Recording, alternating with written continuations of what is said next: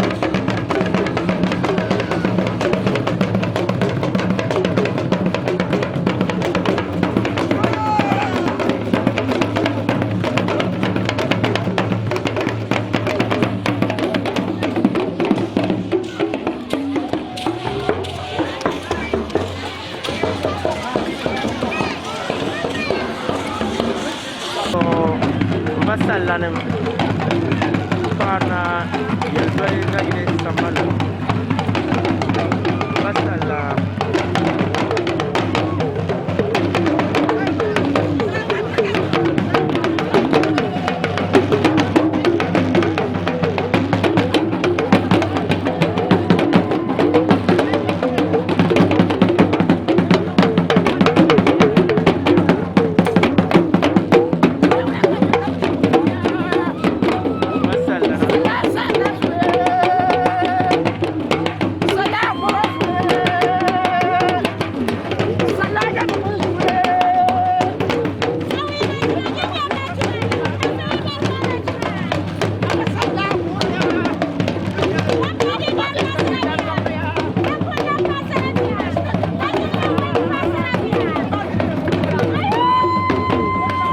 LANA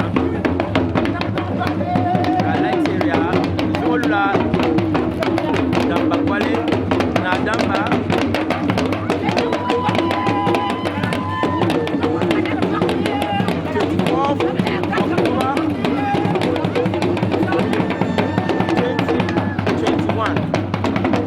YELZOLI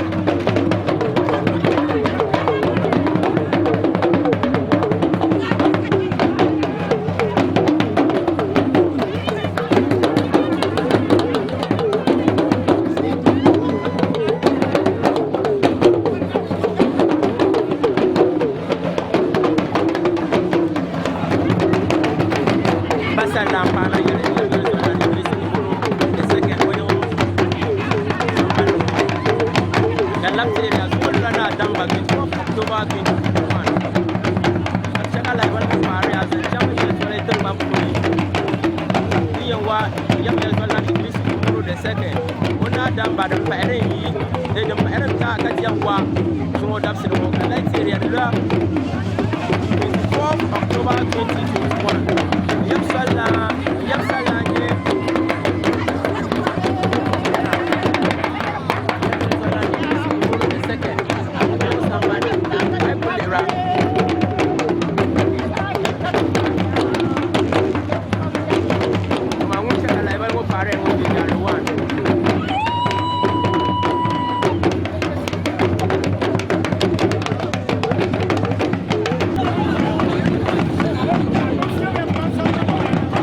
Alira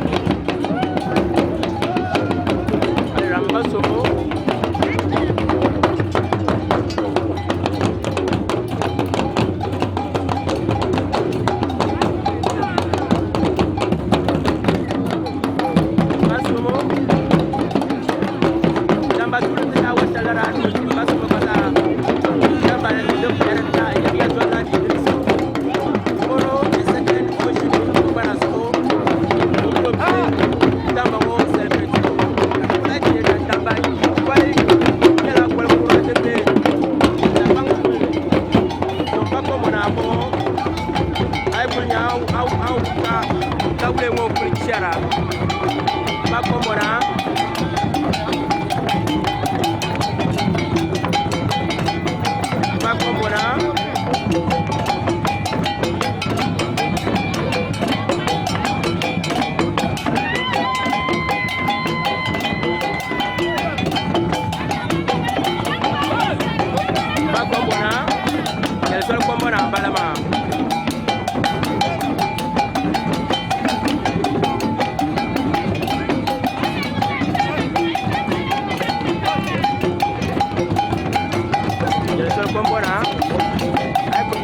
Taule kulichara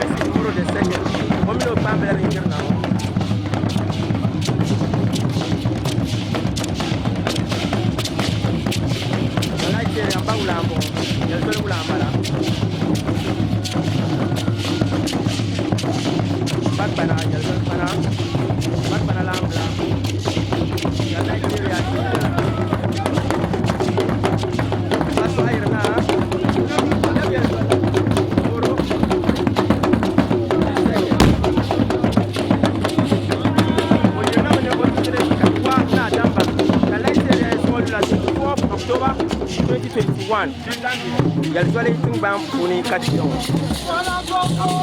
Damba ŋɔ nyɛla din pahiri Damba buta yabi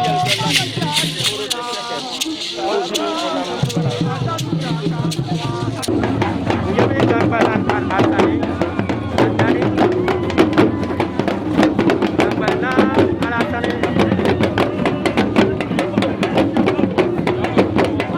yabi bolan alatani atani Damba na Damba ŋɔ nyɛ na Damba di nyɛ tuwe ŋɔ yi Dambal to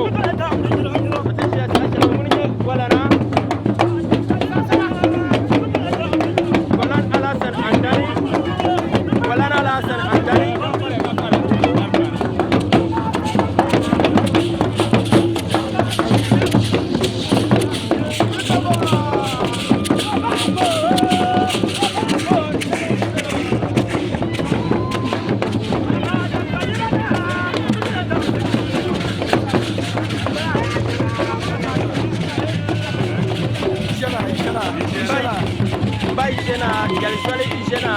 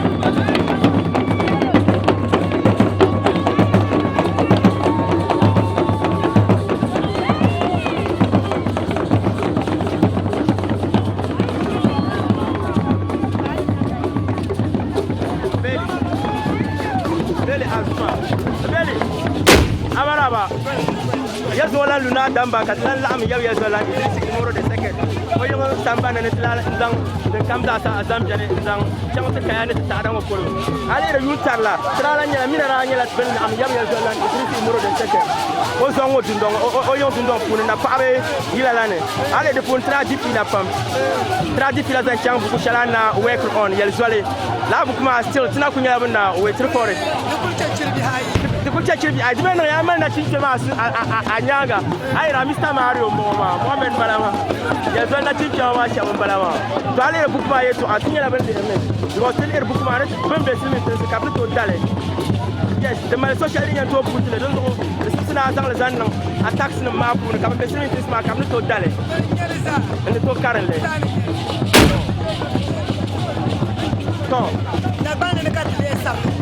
So this time that man, people in your move carry that man. Tagum da min belen balama tasma. Onyala munye karamba zanti zabzugu siya hai. Onyala mungu retak banle.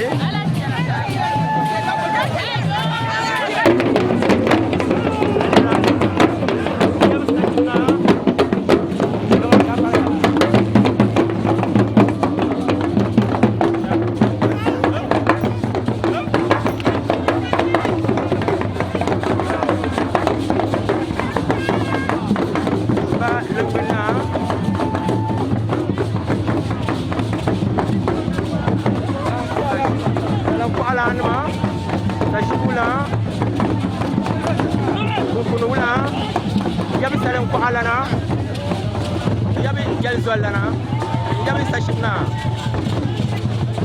yabi pjanglan abukari ba kukundana ba kashana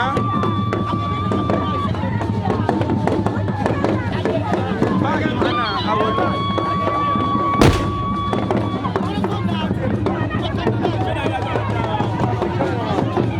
Pal soalnya kandang naku ana mai ai liram nyala mencerka seperti nempun dia pempenyangga apa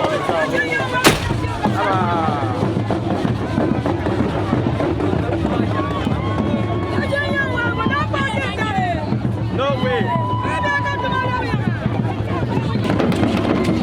bahasa nangku alana bakal soalnya Lagi jadi alam boleh balama. Bak jalan abu kare. Bak kudana.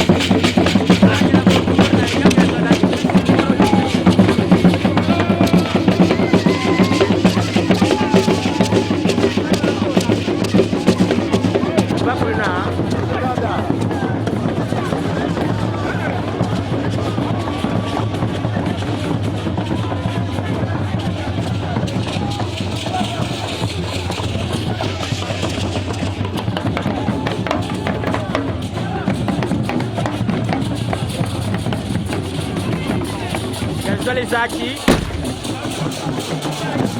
Batu Jena.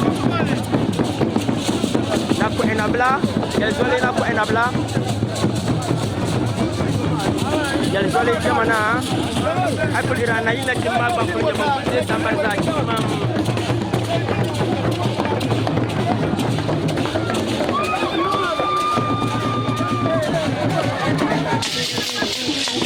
Aja mandan bang LANA. Aku tu malam.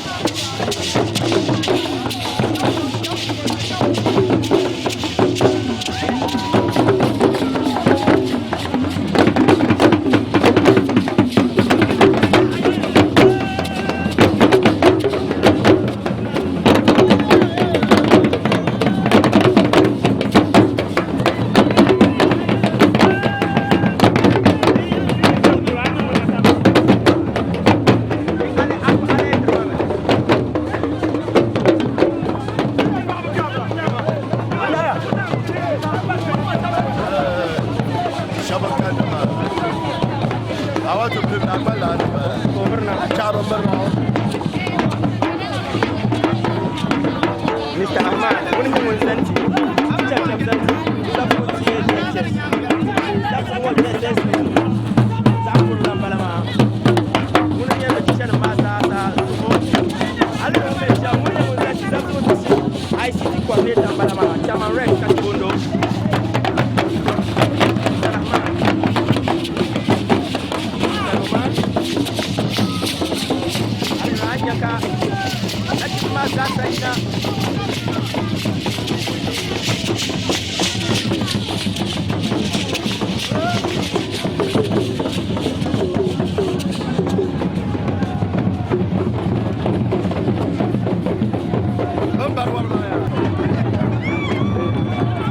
Ban LANA.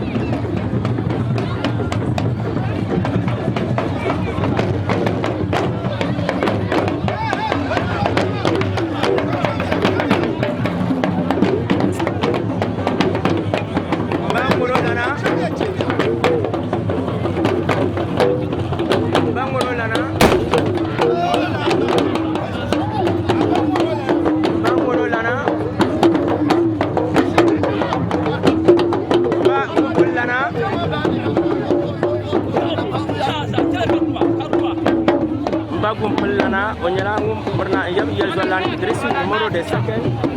Oyong Sambane. Bala Bankutuna.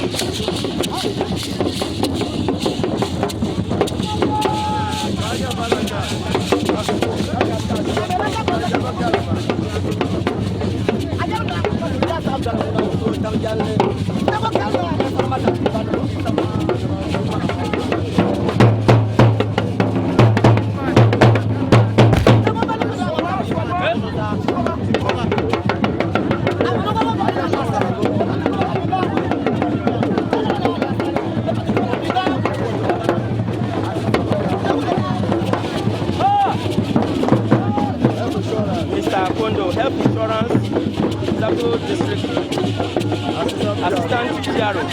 Munye Mr. Kondo, Yabe Jamandan, Banglan Balama.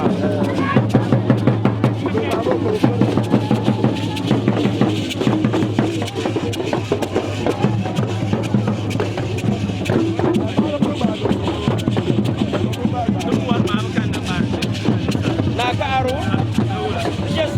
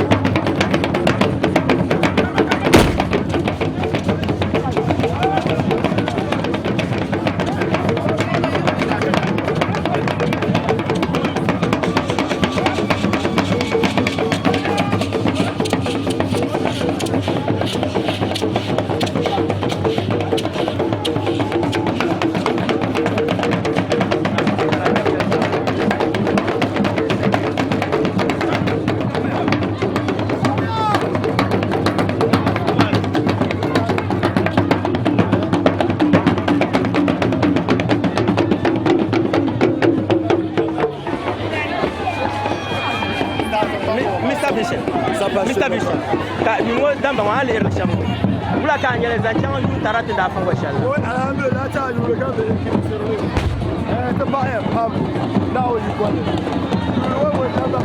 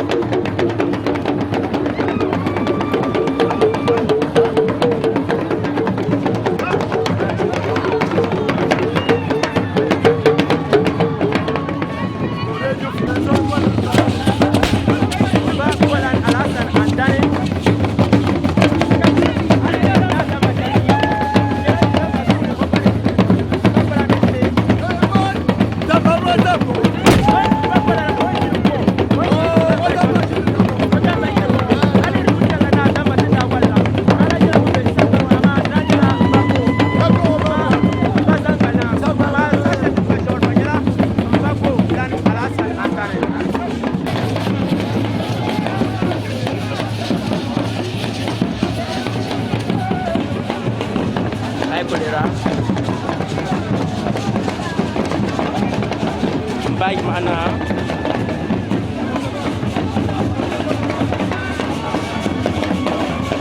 YELZOLI nak mana? Yang paling berguna. Tidak pun.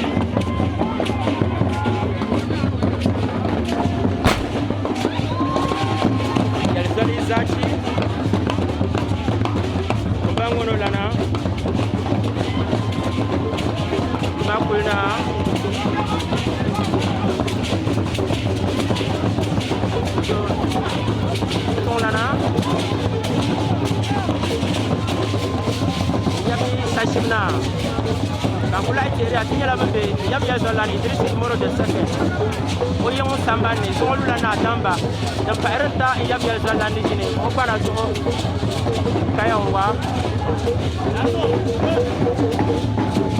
LANA LANA aba YELZOLI kombona aba dawu yani kombona ina da kuna bulu da jaka bom nyalaran on wuhe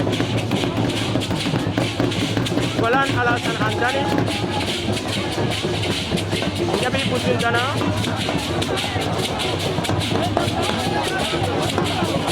yabi putul dana ba Abu Kari ba janglan Abu Kari basina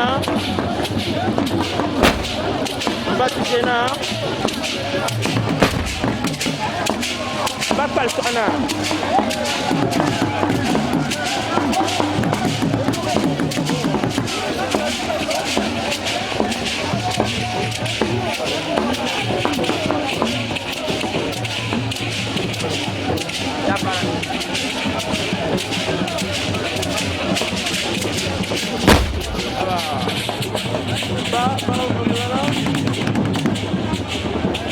baca montan ya.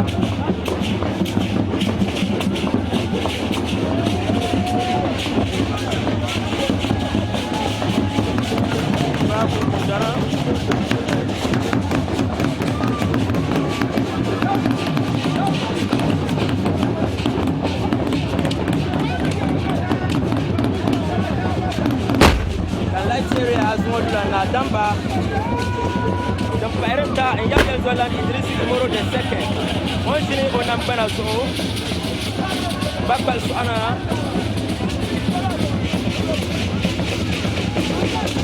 ba tuna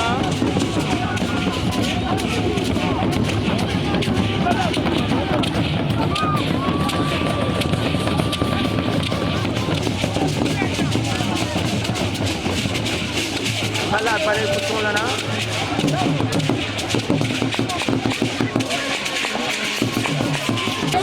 Bangun lana.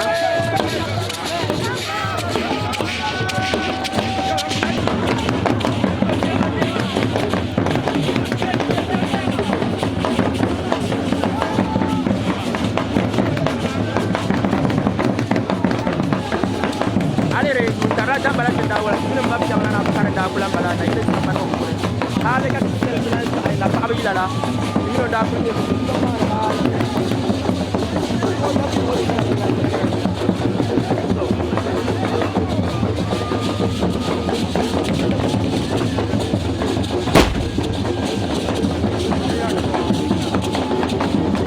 ya me ya la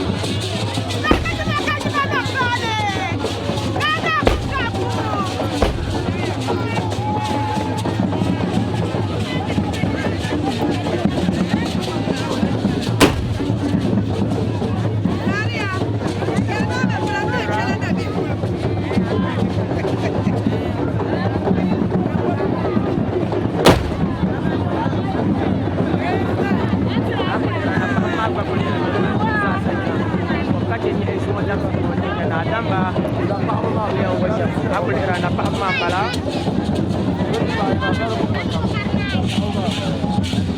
bapa aku ni rana yang jalan baru nampak apa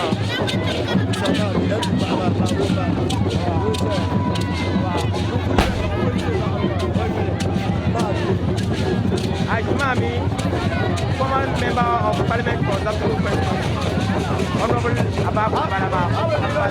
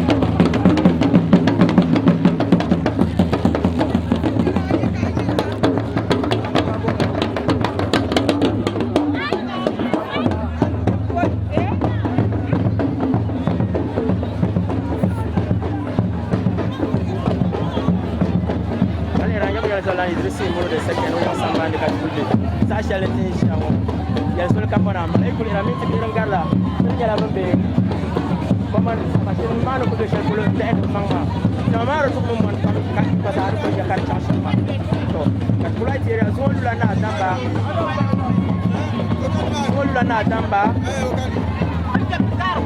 Damba yang wanta ka YELZOLI Moro the second o shiri YELZOLI nam bana zo wa to ale sa mo chango YELZOLI Moro the second ona zo balama to bana ko de la jo kawande mi tibi ngo to yeto awon wala bana zo ale yu wo Damba ma de kale ma na dan pati de kan de polo kawande mi tibi ngo yu wo Damba ma ke kana ko wala ma no so ko tele bismillah en tele ko tana alhamdulillah so go down so be go the fire the fire ai pul mum dai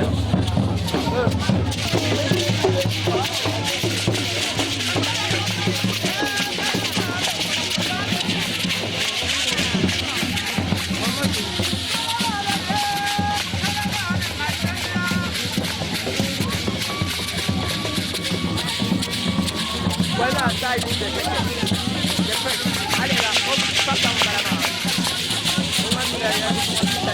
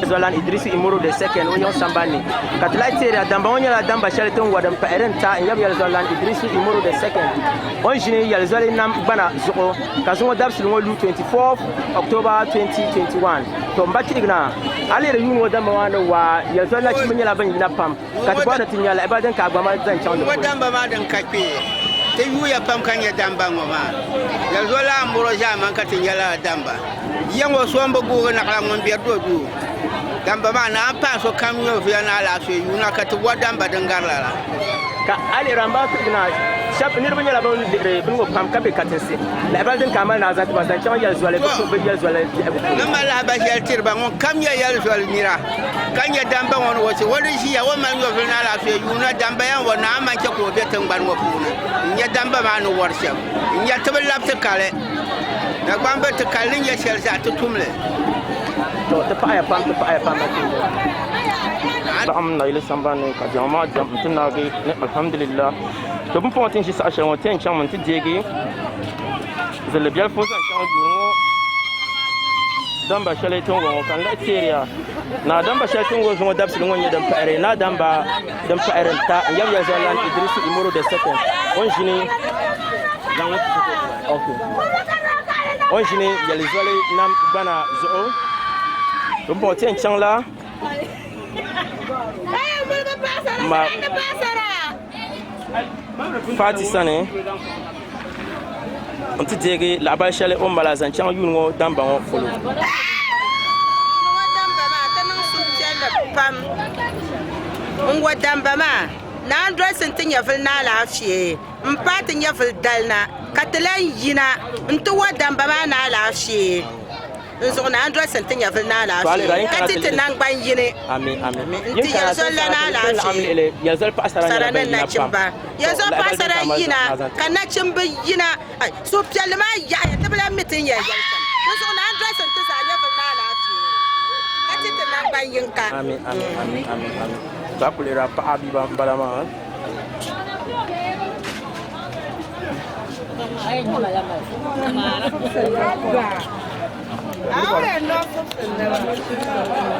Le na pa ma za sanya la ba ma ma ka yina den kuya nan ka pa ma za ma nya wira Wala ka bana musa.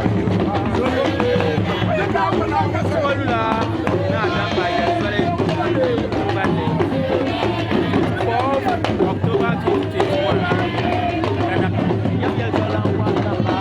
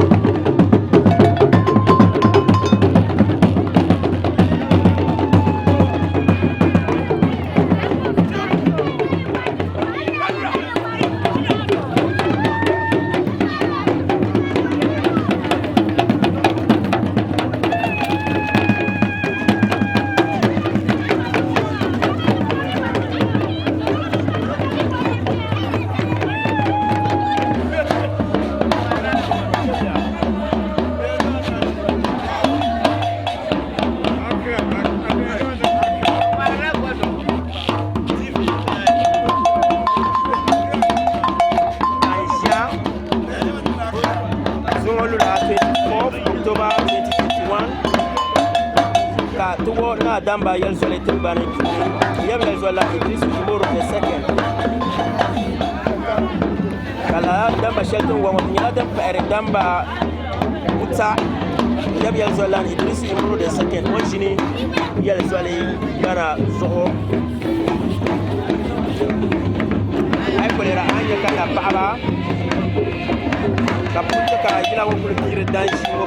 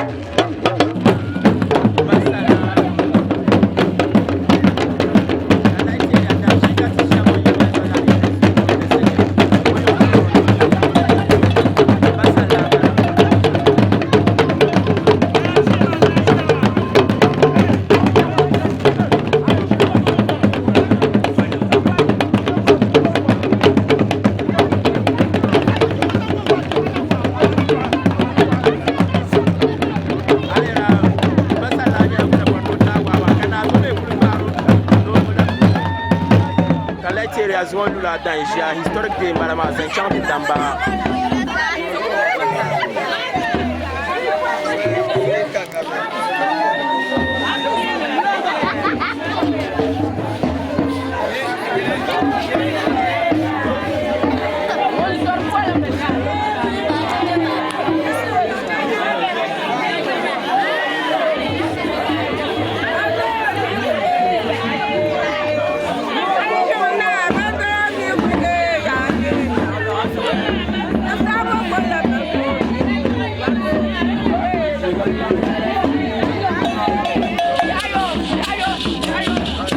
YELZOLI Idris Umuru the second kubang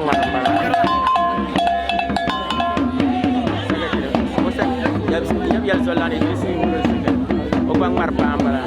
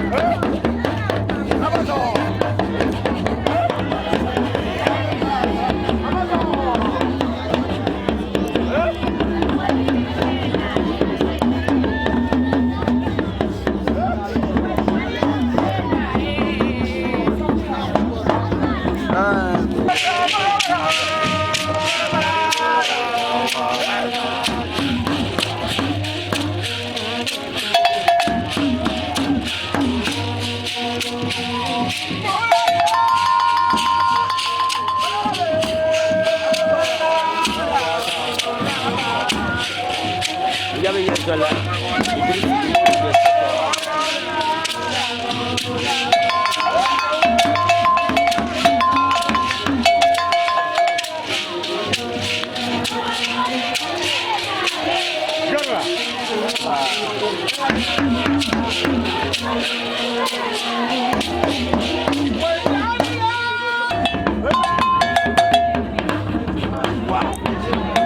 nazo balama YELZOLI Idrisi ngoro sike ikara balwa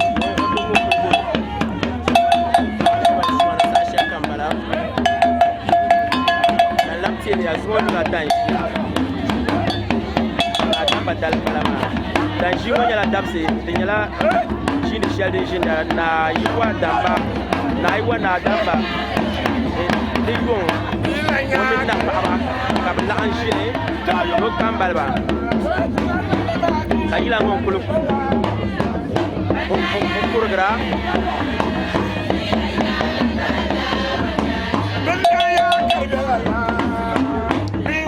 Karpala benanya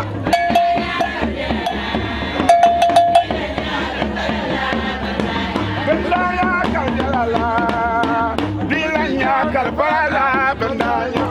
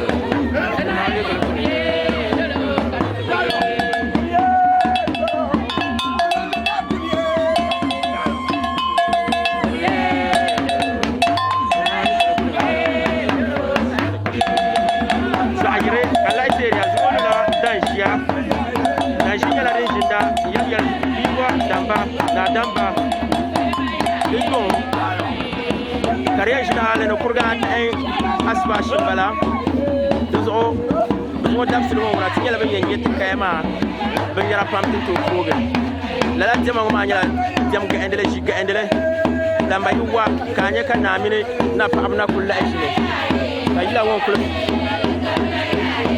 biru du aba